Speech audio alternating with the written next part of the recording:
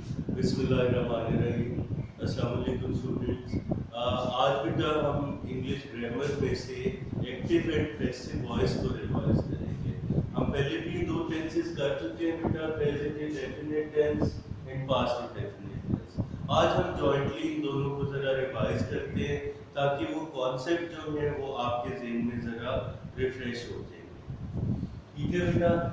जहाँ तक active and passive voice का ताल्लुक है, हमने चंद सिंपल से रूल्स किए थे बेटा, how to change active voice into passive voice.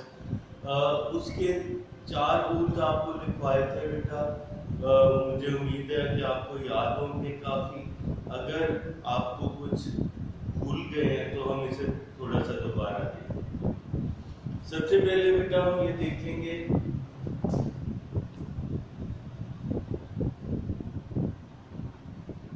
पहला रूल होता है बेटा इंटरचेंज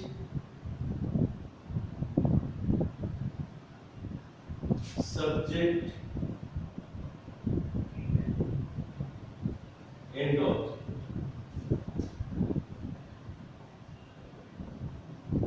इंटरचेंज का मतलब बेटा सब्जेक्ट की जगह ऑब्जेक्ट और ऑब्जेक्ट की जगह सब्जेक्ट आ जाएगा। ठीक है जी। सेकेंड रूल बेटा टेंस वाइज के हेल्पिंग वर्ब से मुताल्लिक है। टेंस वाइज ये वेरी करता है। अगर आप प्रेजेंट इंडेफिनिट टेंस का इस्तेमाल कर रहे हैं तो आप helping verb use of helping verb कह लीजिए बेटा।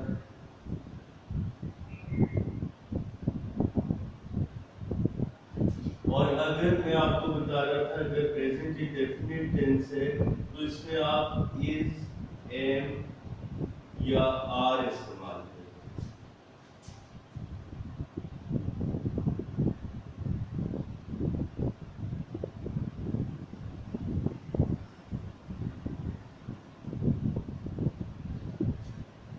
अगर टेंस बेटा प्रेजेंट इंडेफिनिट टेंस है तो इसमें हेल्पिंग वर्ब, इसके पैसिव वॉइस में helping verb is, am, are इस्तेमाल किया जाता है। प्रेजेंट इंडेफिनिट की पहचान बिल्कुल सिंपल है बेटा, आपको पता होना चाहिए। इसमें first form of verb use होती है, सब्जेक्ट और ऑब्जेक्ट के दरमियान में first form of verb use की जाती है। अच्छा बेटा, अगर तो आपका टेंस वाज या वर किस टेंस में इस्तेमाल किया जाता है? Past indefinite tense. Past indefinite.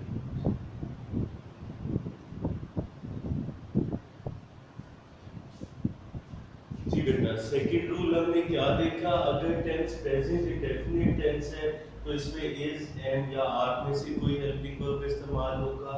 अगर टेंस जो है वो पास्ट इंडेफिनिट है तो इसमें वाज या वर का इस्तेमाल। ठीक है बेटा। इसके बाद देखिए थर्ड जो रूल था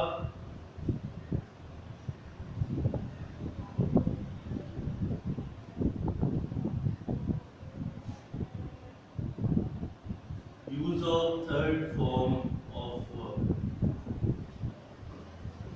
बेटा इसमें हमेशा आप याद रखिए, हमेशा थर्ड फॉर्म ऑफ वर्ब इस्तेमाल होती है। सिर्फ इसमें नहीं, किसी भी पैसिव वॉइस सेंटेंस में हमेशा और हमेशा थर्ड फॉर्म ऑफ वर्ब इस्तेमाल की जाती है। इट इज वेरी इंपॉर्टेंट, आपको हमेशा याद रखिएगा, कोई भी सेंटेंस जो पैसिव वॉइस में है उसमें हमेशा थर्ड फॉर्म ऑफ वर्ब इस्तेमाल की जाती है। इसके बाद बेटा लास्ट था use of by, before,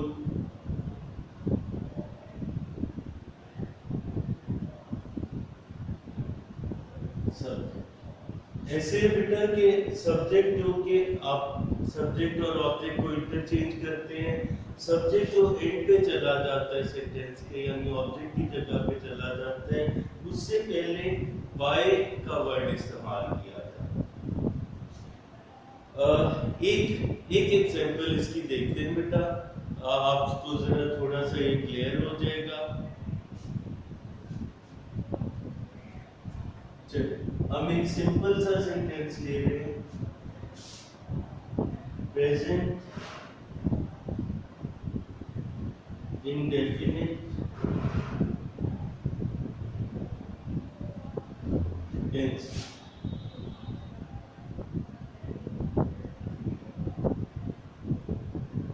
I write a letter. बिल्कुल ही आसान सा सेंटेंस बेटा एक हमने लिया है, आई राइट अ लेटर, मैं खत लिखता हूँ। Now this is present indefinite tense. Present indefinite में बेटा पहले रूल के मुताबिक आप क्या करेंगे, हम सब्जेक्ट और ऑब्जेक्ट को इंटरचेंज कर देंगे, यानी ऑब्जेक्ट स्टार्ट में आ जाएगा और सब्जेक्ट एंड पे चला जाएगा। अ लेटर जो है बेटा क्या रहेगा,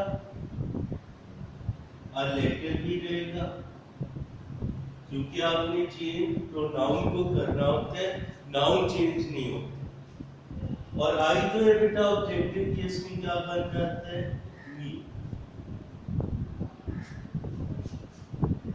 आई जो है ऑब्जेक्टिव केस में मी बन, ठीक है बेटा। नाउ ये प्रेजेंट इंडेफिनिट टेंस है बेटा, इसमें आपने कौन सा रूल क्या है, आपने इनमें से कोई एक हेल्पिंग वर्ब इस्तेमाल करना है, इज ए मार्क्स, ठीक है बेटा। अ लेटर सिंगुलर नाउन है तो इसके साथ क्या इस्तेमाल होगा, जाहिर है इसके साथ आप इज इस्तेमाल करेंगे, अ लेटर इज। नाउ बेटा वर्ब जो है इस सेंटेंस में राइट है। थर्ड रूल क्या कहते हैं, use of third form of verb, इसकी थर्ड फॉर्म यूज करेंगे। तो अ लेटर इज राइट की third form written,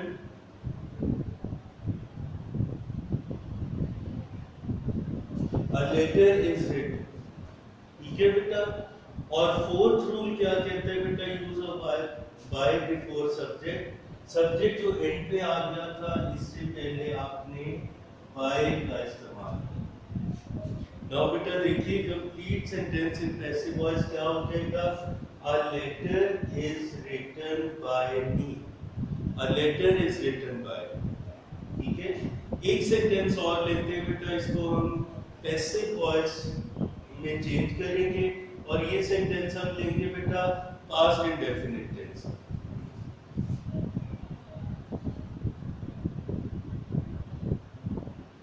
past indefinite tense. अच्छा बेटा यहाँ पर हमने एक सेंटेंस लिया था, आई राइट अ लेटर। जी आप बता सकते हैं इसको अगर हमने पास्ट इंडेफिनिट टेंस में चेंज करना हो, ये सेंटेंस है प्रेजेंट इंडेफिनिट टेंस का, अगर इसको पास्ट इंडेफिनिट टेंस में चेंज करना हो तो हम क्या करेंगे। जी बेटा सिर्फ एक डिफरेंस होता है बेटा, जी ठीक है, आप सिर्फ एक डिफरेंस होता है, वो ये होता है कि बेटा वर्ब की फर्स्ट फॉर्म की जगह आप वर्ब की सेकंड फॉर्म जो है वो इस्तेमाल कर लें, तो प्रेजेंट इंडेफिनिट टेंस चेंज हो जाता है पास्ट इंडेफिनिट टेंस, ठीक है बेटा। तो पास्ट इंडेफिनिट टेंस में ये सेंटेंस क्या होगा, आई राइट की सेकंड फॉर्म बेटा wrote a letter, I wrote a letter। Now बेटा हम इसको चेंज करने जा रहे हैं पास्ट इंडेफिनिट टेंस में। बाकी रूल्स बेटा सेम है सिवाय रूल 2, अगर चेंज आएगी तो कहां पर आएगी, इस रूल में, यानी रूल नंबर 2 में चेंज आएगी, ठीक है बेटा। आई रोट अ लेटर, इसी तरह सब्जेक्ट ऑब्जेक्ट इंटरचेंज होंगे, अ लेटर स्टार्ट में आ जाएगा, आई जो है वो बी में चेंज होगा। तो बेटा सेकंड रूल क्या कहता है, यूज ऑफ हेल्पिंग वर्ब। अगर पास्ट इंडेफिनिट टेंस है तो हेल्पिंग वर्ब वाज या वर इस्तेमाल होगी, ठीक है बेटा। और आ लेटर जो है आपके पास सब्जेक्ट जो है वो क्या है, सिंगुलर नाउन, सिंगुलर नाउन है ना बेटा, आ लेटर नाउन है और सिंगुलर है, तो ये सिंगुलर नाउन है, सिंगुलर नाउन की सूरत में आप क्या करते हैं, वॉज इस्तेमाल किया जाता है बेटा, वर इस्तेमाल नहीं करते, ठीक है। तो सिंगुलर नाउन की सूरत में आप वॉज इस्तेमाल करेंगे, तो यहाँ पर क्या आ जाएगा बेटा, अ लेटर वॉज। जी, थर्ड रूल आपको क्या बताता है, use of third form of verb. तो राइट की थर्ड फॉर्म आपको पता है रिटन होती है, a letter was written, ठीक है बेटा।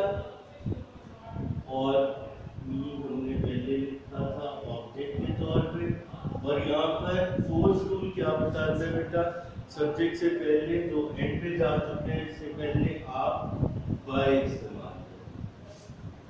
A letter was written by me। अच्छा बेटा, ये है प्रेजेंट इंडेफिनिट टेंस का पैसिव वॉइस। ये पैसिव वॉइस है ना, ठीक है। अब ये देखिए पास्ट इंडेफिनिट टेंस का पैसिव वॉइस। इन दो सेंटेंसेस को बेटा जरा हम कंपेयर करते हैं और देखते हैं कि इसमें डिफरेंस क्या है। जी, आप इजीली देख सकते हैं बेटा, a letter is written by me, a letter was written by me। तो सिर्फ और सिर्फ एक फर्क आ रहा है बेटा, वो क्या, कि is की जगह यहाँ पर was आ। तो बेटा क्या हमें पता चला, अगर आप थोड़ा सा इसे कंपेयर करके देखिए कि प्रेजेंट इंडेफिनिट और पास्ट इंडेफिनिट के पैसिव वॉइस में फर्क सिर्फ और सिर्फ हेल्पिंग वर्ब का होता है, यानी चेंज अगर आती है तो सिर्फ रूल 2 में आती है, सिर्फ हेल्पिंग वर्ब का फर्क होता है और कोई फर्क नहीं।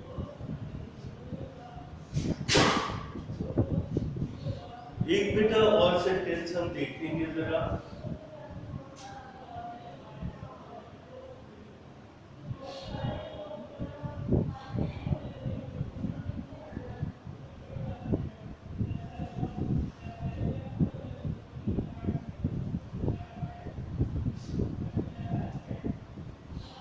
बेटा ये रूल्स आपने हर सूरत में याद रखने हैं।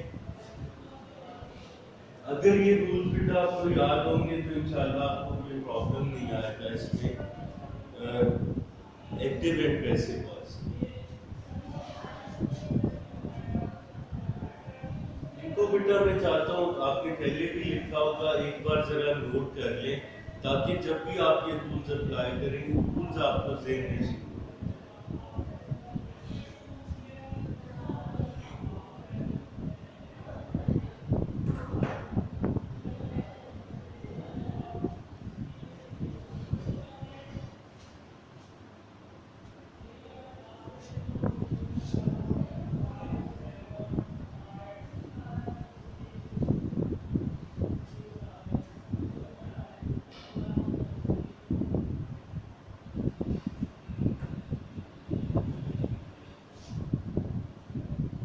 ठीक है बेटा, नोट कर चुके हैं आप, हम इसे रेस करते हैं।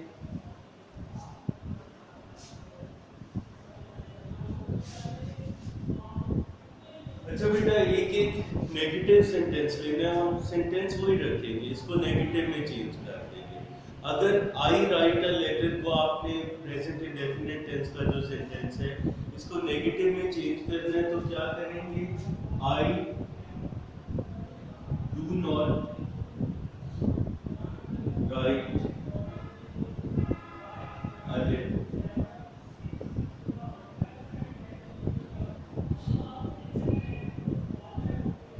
और ये हो गया बेटा प्रेजेंट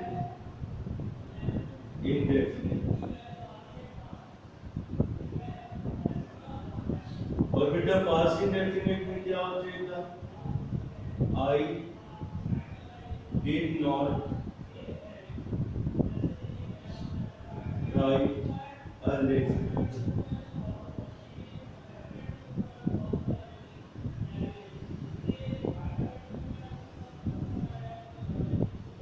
ये सेंटेंस हो जाएगा बेटा पास्ट इंडेफिनिट टेंस। तो बेटा पहले हम प्रेजेंट इंडेफिनिट की तरफ आते हैं, I do not write a letter. इसी तरह बेटा लेटर स्टार्ट में आएगा, लेटर, और आई जो है मी वन के एंड में आ जाएगा। नाउ बेटा नेगेटिव में बस एक चीज याद रखिए, इस एमआर जो आपने यूज किया था उसके बाद नॉट आ जाएगा। इसको नेगेटिव सेंटेंस बनाने के लिए इस एमआर के बाद नॉट इस्तेमाल करेंगे। A letter is not written by me. A letter is not written by me. ठीक है बेटा, ये प्रेजेंट इंडेफिनिट टेंस में हेल्पिंग वर्ब इज है, वहां के बाद आप क्या इजाफा कर रहे हैं, नॉट का इजाफा कर रहे हैं। ठीक है, इसी तरह पास्ट इंडेफिनिट में भी बेटा हेल्पिंग वर्ब वाज या वर यूज होता है, उसके बाद नॉट का इस्तेमाल कर देंगे। फॉर एग्जांपल ये क्या हो जाएगा बेटा, a letter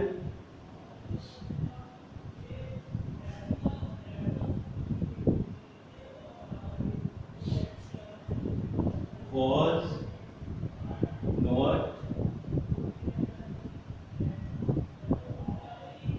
written by you। ठीक है बेटा, आपने हेल्पिंग वर्ब was के बाद किसका इस्तेमाल किया, not। तो बेटा नेगेटिव के लिए बस एक बात याद रखिए, जहां भी सेंटेंस में हेल्पिंग वर्ब आ रहा है इसके बाद not का इस्तेमाल। पैसिव वॉइस के सेंटेंस में जहाँ पे भी हेल्पिंग वर्ब इस्तेमाल हो रहा है इसके बाद नॉट का इस्तेमाल किया है। एक बेटा इंट्रोगेटिव में देख लेंगे, इसी सेंटेंस को अगर आप इंट्रोगेटिव में लिखें तो कैसे होगा, do I write a letter.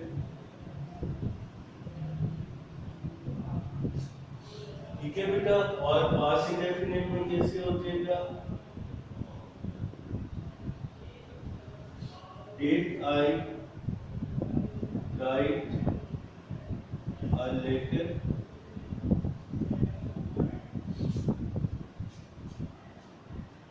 ठीक है बेटा, ये क्वेश्चन मार्क ऑब्वियसली इससे होना चाहिए लाजमी तौर पे। तो बेटा ये इंट्रोगेटिव सेंटेंस है।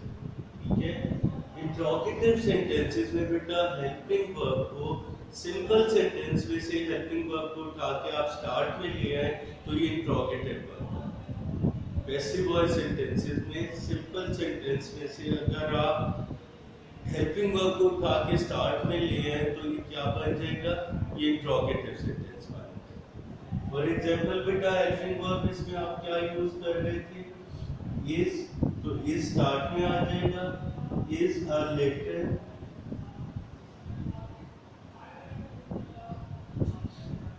written by me, is a letter written by। ठीक है बेटा, यहाँ पर हेल्पिंग वर्ब कौन सा इस्तेमाल होना था, was। तो ये क्या होगा बेटा, was a letter written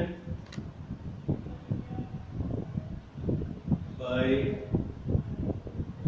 me।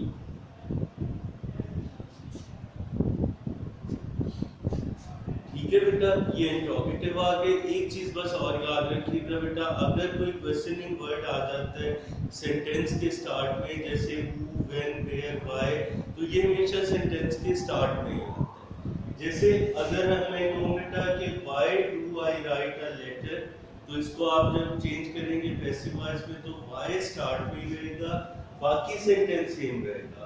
Why is a letter written by me? Why is a letter written by me? Past indefinite में हो जाएगा why was a letter written by। तो आज बेटा आज के लेसन में हमने देखा कि active and passive voice, present indefinite और पास्ट इंडेफिनिट टेंस में क्या टेक्निक्स हैं, क्या रूल्स हैं और किस तरह इन्हें चेंज किया जाता है।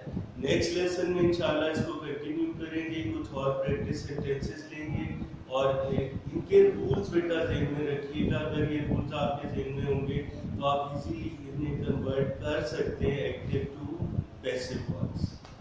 आज का लेक्चर यहाँ पे हम खत्म करते हैं बेटा। इनको जरा रिवाइज कीजिएगा। इंशाल्लाह कल के लेसन में हम कुछ प्रैक्टिस सेंटेंसेस के साथ फिर हाजिर होंगे। तब तक के लिए अल्लाह हाफ़िज़।